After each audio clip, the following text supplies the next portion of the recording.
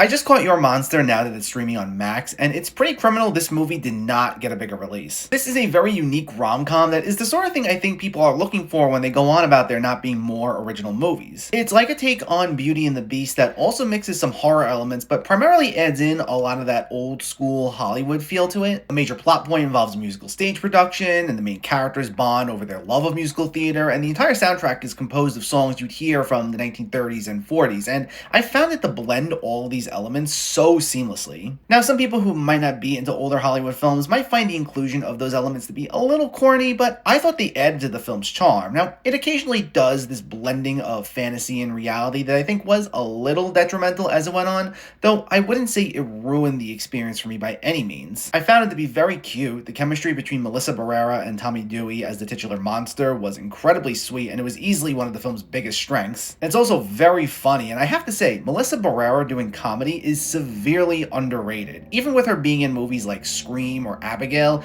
this is the most we've got to see her really tap into her comedic skills. She gives a lot of exaggerated reactions, which I thought were great, and there's especially one moment later on where she just completely lets loose, and I thought was hilarious. So if you haven't seen this one yet, definitely check it out. It's got such a distinct flair to it that makes it really enjoyable, and I think it's going to be a definite cult classic in the years to come.